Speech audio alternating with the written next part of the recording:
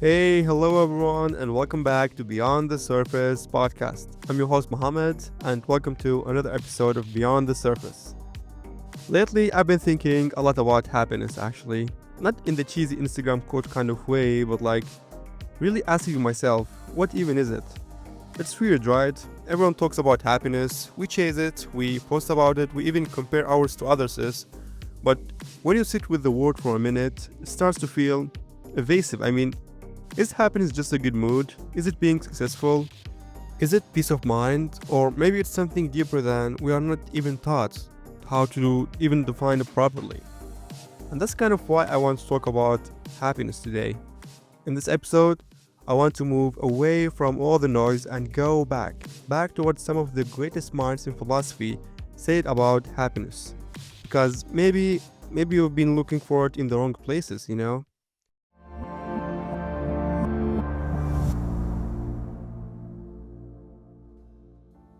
So, today we are stepping into ancient wisdom, modern thought, and a little bit of my own reflection, all in search for something we all long for but rarely understand, unfortunately: happiness. So, let's start with a simple question: what is happiness? If someone asked you that right now, how would you answer this question? Is it pleasure, excitement, feeling good all the time, or is it something quieter, like feeling at peace with who you are and where you are? Some people describe happiness as joy, others say it's contentment.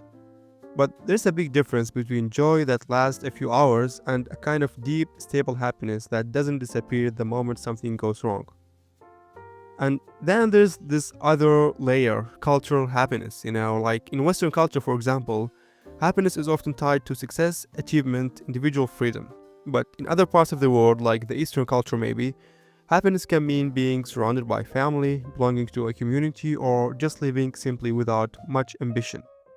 The truth is, there's no single answer actually, and maybe that's exactly why it's worth exploring.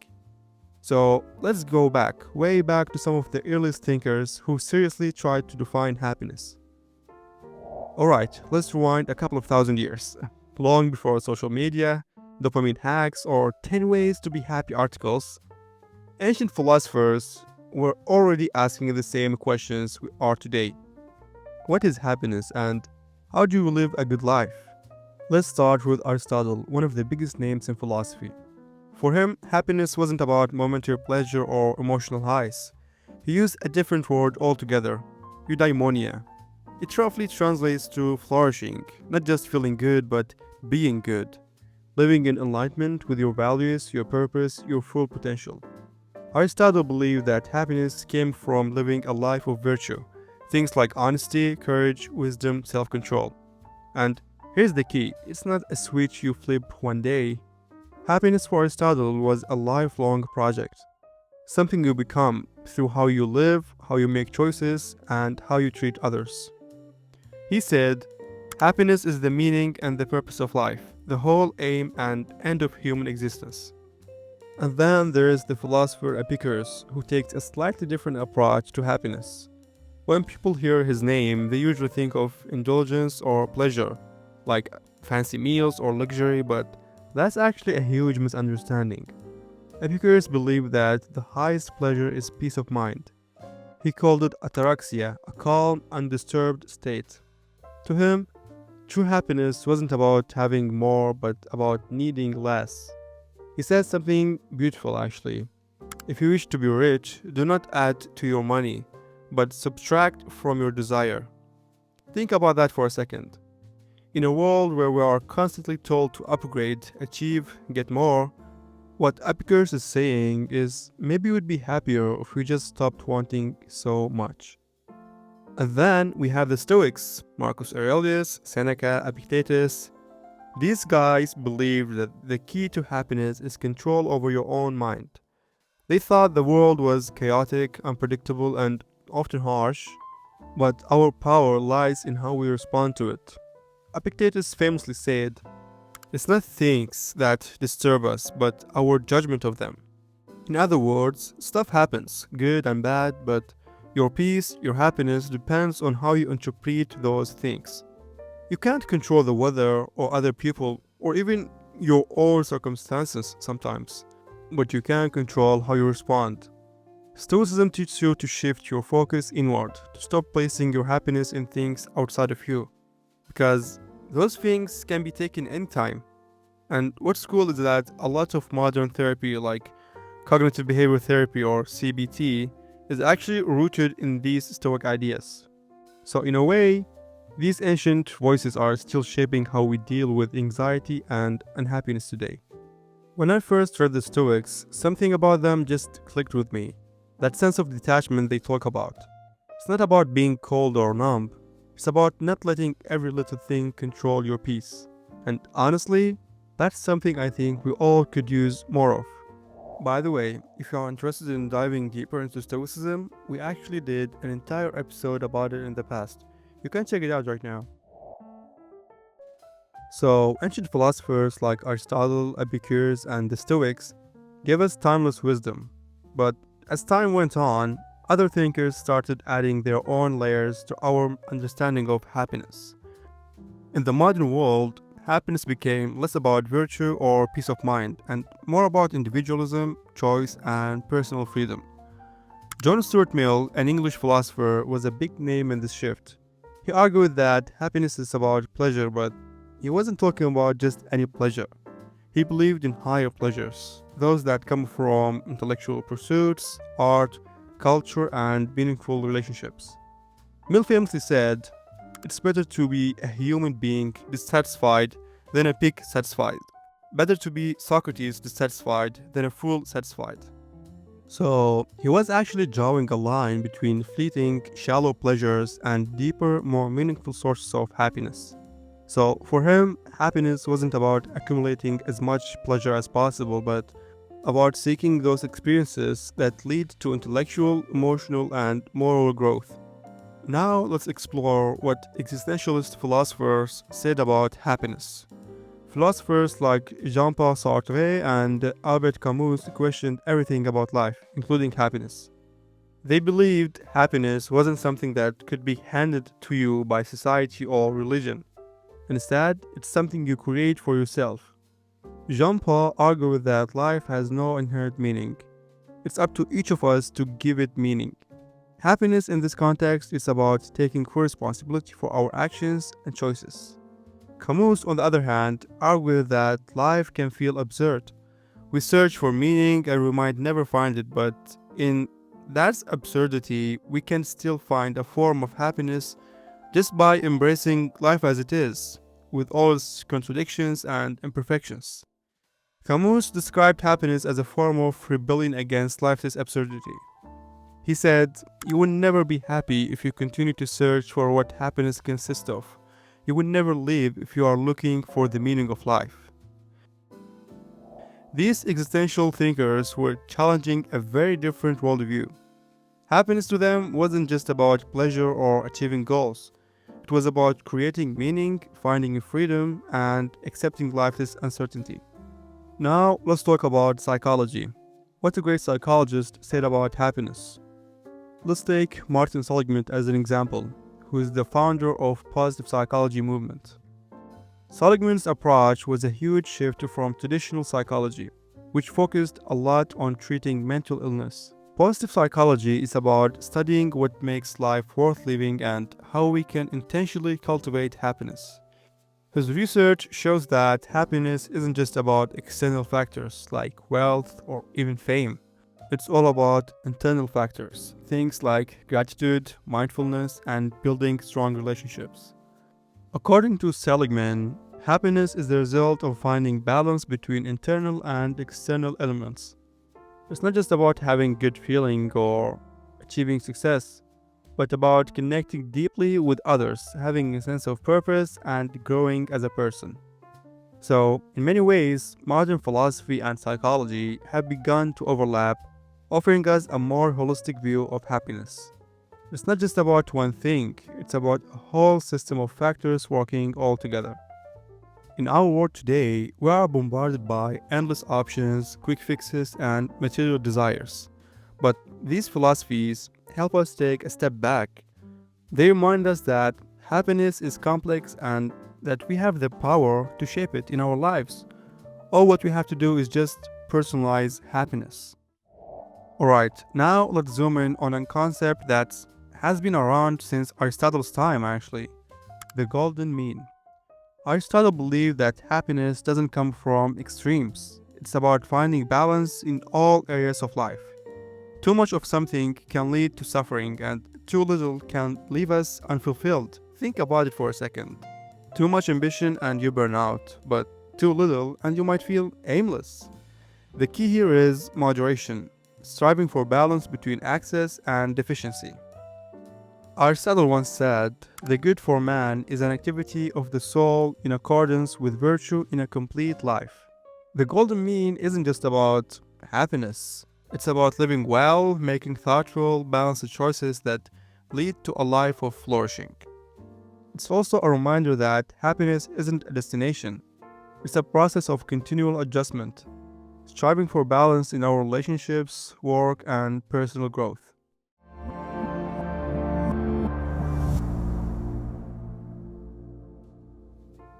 Now, let's talk about virtue ethics. This is a concept that runs deep through the Western philosophical tradition, particularly in Aristotle's work. As we discussed earlier, Aristotle linked happiness with living a virtuous life, developing character traits like courage, honesty, and wisdom. Virtue isn't just about doing the right thing when people are watching you, it's about cultivating the best version of yourself even when no one else is around. Aristotle believed that when we live in accordance with virtue, we become the kind of people who naturally experience happiness. It's the idea that happiness is earned by becoming a person worthy of it. And that virtue is the best tool for the job, actually. This is a perspective that's still relevant today, isn't it? We can find deep fulfillment in striving to be better people, not just in the outcomes, but in the process of personal growth. Now, let's look at a different perspective, hedonism. This one is often misunderstood. When people think of hedonism, they picture indulging in food, alcohol, and the pleasures of the body. But actually, there's more to it than that. Ancient Greek philosopher Epicurus, who we touched on earlier, is a big figure here. He wasn't advocating for hedonism as we usually think of it today, a life of constant partying. Instead, Epicurus argued that the highest form of happiness comes from simple pleasures, things like friendship, knowledge, and tranquility. He emphasized that mental pleasure and peace of mind far outweigh physical pleasure, which often leads to more pain in the long run. Hedonism, in this sense, is about enjoying life, but in a way that doesn't sacrifice your long-term well-being for short-term gains. That kind of balance brings a deeper, more sustainable form of happiness.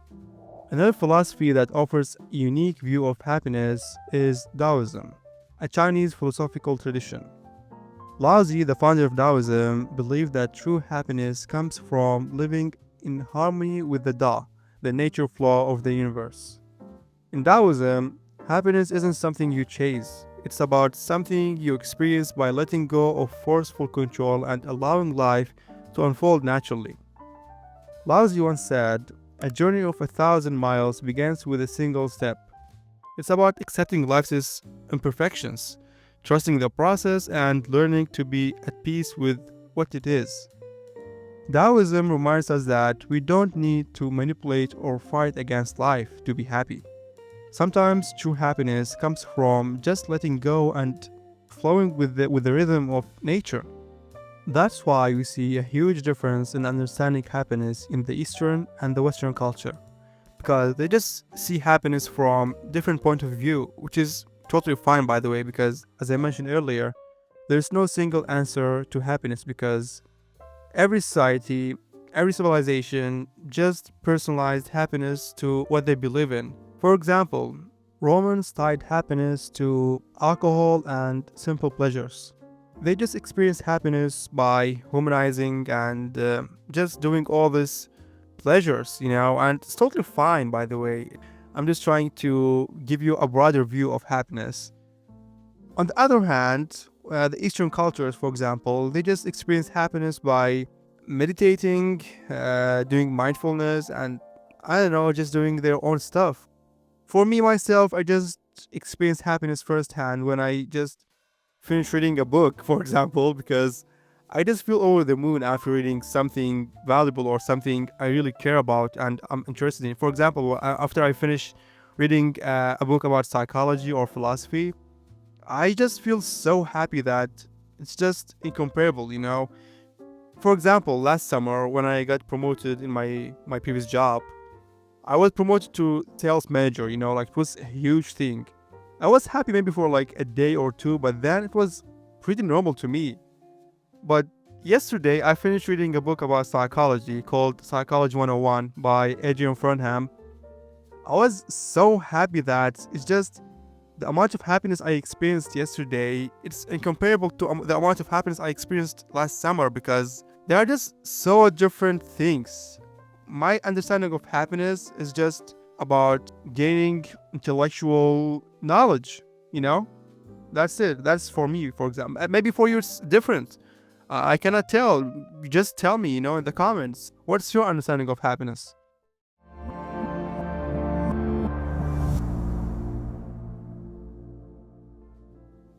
Alright, now let's touch on two schools of thought that take a more questioning approach to happiness: skepticism and cynicism.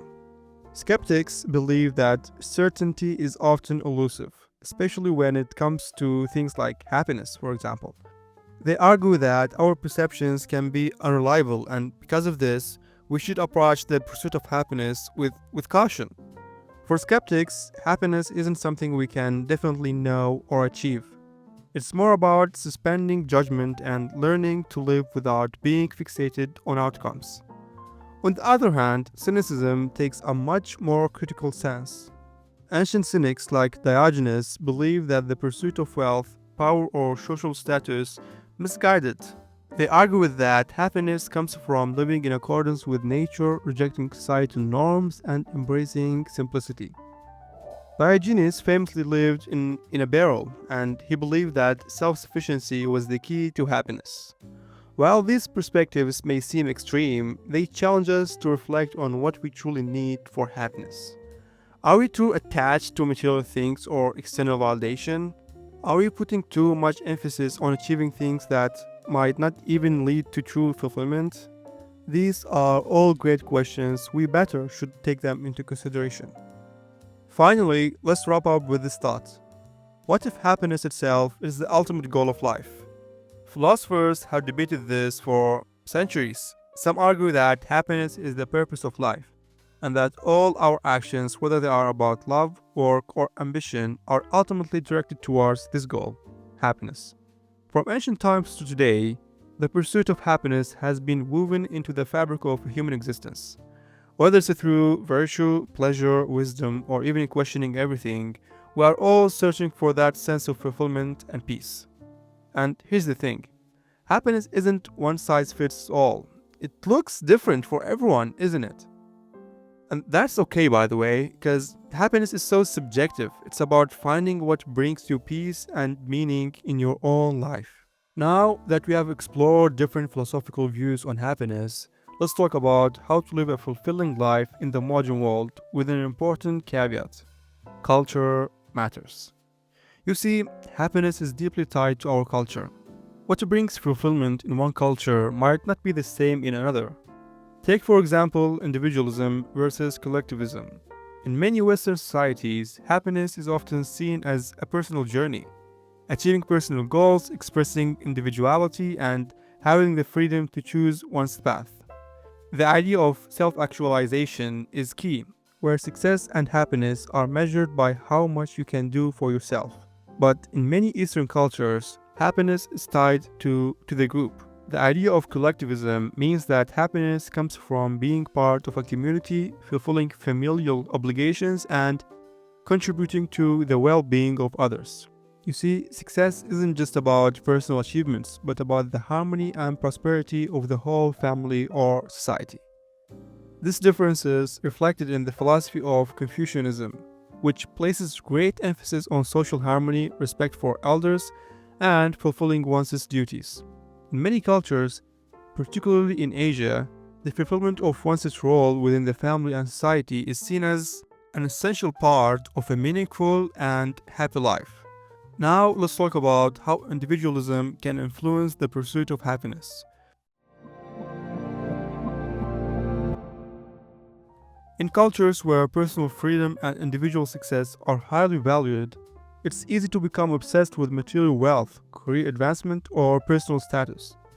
These things can bring temporary pleasure, but they often fall short when it comes to deep, long-lasting fulfillment. On the other hand, a more collectivist culture might promote self-sacrifice, but this could lead to feelings of pressure or neglect of personal desires, right? A sense of duty and responsibility to others may lead to a meaningful life, but it could also lead to a burnout or resentment if there is little room for personal fulfillment. There is also something important to consider here: cultural norms around emotions and expressions. In some cultures, showing emotion is seen as a sign of weakness, while in another, emotional expression is encouraged as a way to connect deeply with others, right? Take Latin American culture, for example, where warmth, close family ties, and emotional expression are often celebrated. Happiness is not just an individual pursuit, but something that's shared in moments of joy, music, and family gatherings. In contrast, in some Nordic countries like Norway, Sweden, Denmark, or even Finland, people may place a greater emphasis on personal space, independence, and privacy. And happiness might come from more quiet, personal moments or from activities that promote inner peace. So, how do you find fulfillment considering all these cultural differences? It's about finding balance, actually. Understanding your cultural context helps you realize what aspects of happiness truly matter to you. Do you value freedom and individual achievements more, or do you feel happiest when you are serving your community and supporting your family? Respecting other cultures and learning from their perspectives on happiness can also enhance our own fulfillment. In the globalized world we live in, it's important to understand that there are multiple ways to live a fulfilling life. What works for one person might not work for someone else, right? And that's totally okay. The key is to find what resonates with you. Whether that's embracing cultural values that focus on collective well being or carving your own path toward individual success. Finding that balance between personal fulfillment and contributing to the greater good can lead to a deeper, more meaningful life. Now that we have explored the philosophical and cultural aspects of happiness, let's zoom in on some practical steps we can take to live a fulfilling life. First of all, it's important to embrace diversity. One of the first things to get is that happiness doesn't look the same for everyone. It's so subjective. It's not just about adopting a specific philosophical idea or cultural approach. It's about integrating what works for you, given your personal values, upbringing, and context. If you have grown up in a culture that values personal freedom and independence, like many Western cultures, it might feel natural to pursue happiness through individual achievement, right? But if you come from a culture that prioritizes collective well-being, like many Eastern or African cultures, your fulfillment might come from nurturing relationships and contributing to the community. The trick is to combine these perspectives in a way that aligns with your true self. For instance, in collectivist cultures, you might find happiness through relationships and duty. But that doesn't mean you can't also pursue personal passions and self-actualization. Likewise, those from more individualistic backgrounds might still benefit from strengthening community ties and embracing the joy that comes from shared experiences. So, balance becomes the key.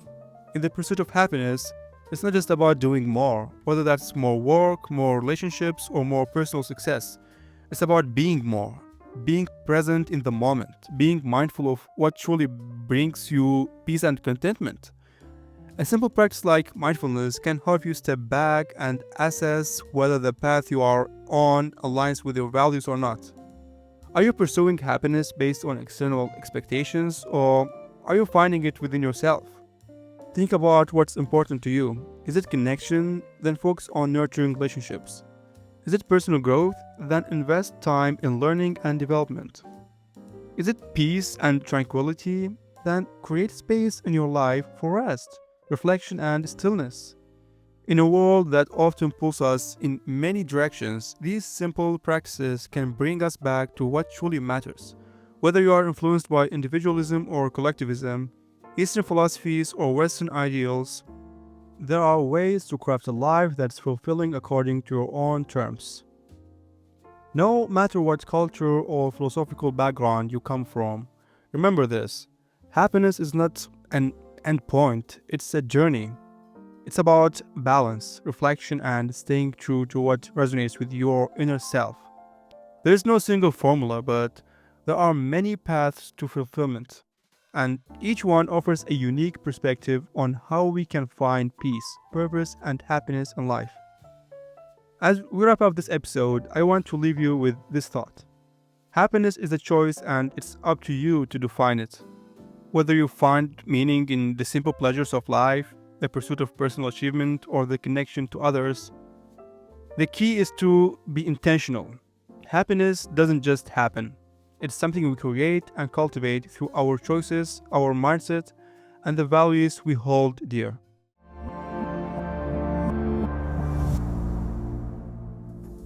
Remember, happiness doesn't come from one philosophy, one culture, or one approach. It's a combination of many things that you can adapt and personalize.